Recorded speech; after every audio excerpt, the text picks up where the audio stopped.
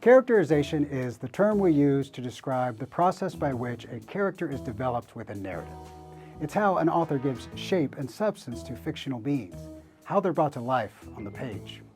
There are two types of characterization, direct and indirect. Direct characterization is straightforward. The narrator simply tells the reader about a character's traits, such as their personality, background, moral nature, and so forth. The description is clear and explicit, leaving less room for ambiguity. Indirect characterization, on the other hand, works through inference. Instead of being told who a character is, readers discover their traits through what the character says, thinks, does, the effect they have on others, as well as their appearance and body language. Through these clues, readers are able to piece together a sense of a character's identity.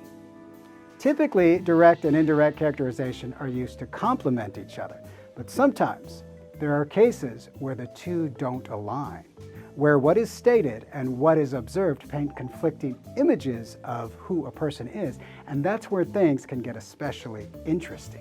Tension is created that can deepen a story's complexity and invite us to consider what is true.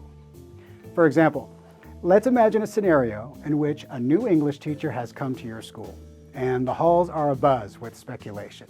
Word is the new teacher is a strict disciplinarian and very conventional, and their lectures tend to run a bit dry.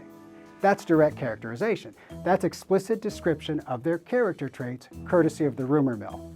You hear this and you begin to form an impression of this person in your imagination. But then you happen to pass by their classroom and witness something unexpected. The new teacher is in full stride, delivering an animated and energetic lecture to an enthralled audience. Students are smiling and laughing and fully engaged. The atmosphere feels electric. Everyone seems to be enjoying themselves. That's indirect characterization. That's information about who this person is based on observation and inference, not hearsay. So now you have two competing portraits, the rumor versus the reality. You're forced to weigh one against the other. And are the rumors wrong? Is this teacher actually as fantastic as they seem? Or are they performing, concealing their true nature for some unknown reason? This uncertainty draws you in.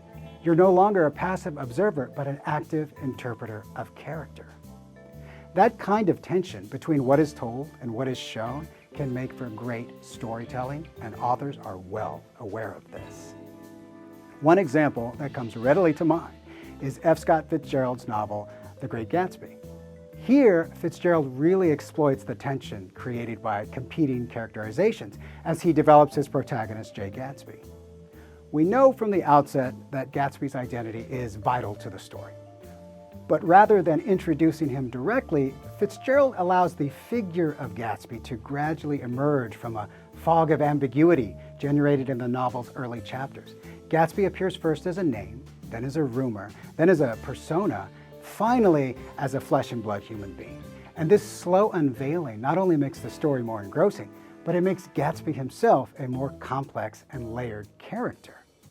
In the beginning, he's this mysterious figure, shrouded in rumors and speculation. A reclusive millionaire living next door to Tom and Daisy Buchanan, he throws extravagant parties, but doesn't interact with his guests. We hear the partygoers whispering that he's a German spy, a bootlegger, a murderer. Everyone wonders about the identity and origin of this character, Gatsby, and we too are drawn into that collective curiosity. When the narrator, Nick Carraway, finally meets Gatsby up close, this is how he describes him. He had one of those rare smiles with a quality of eternal reassurance in it. It faced, or seemed to face, the whole external world for an instant and then concentrated on you with an irresistible prejudice in your favor. In that description, we experience the charm and charisma that radiates from Gatsby, but we also detect a whiff of artifice, a sense that Gatsby's performing for the world, that his persona is less a natural expression of his inner self than something carefully constructed. We've only just met him, and already we detect a slippage between surface and substance. And it's this persistent aura of uncertainty surrounding Gatsby that compels us to continue searching for answers. At one point, Gatsby pretends to offer them. He declares, as if speaking to the reader, "I don't want you to get the wrong idea of me from all the stories you hear. I'll tell you God's truth. I am the son of some wealthy people from the Middle West, educated at Oxford. But even as he says this, Nick realizes he's misrepresenting himself. Gatsby's false front begins cracking under its own weight.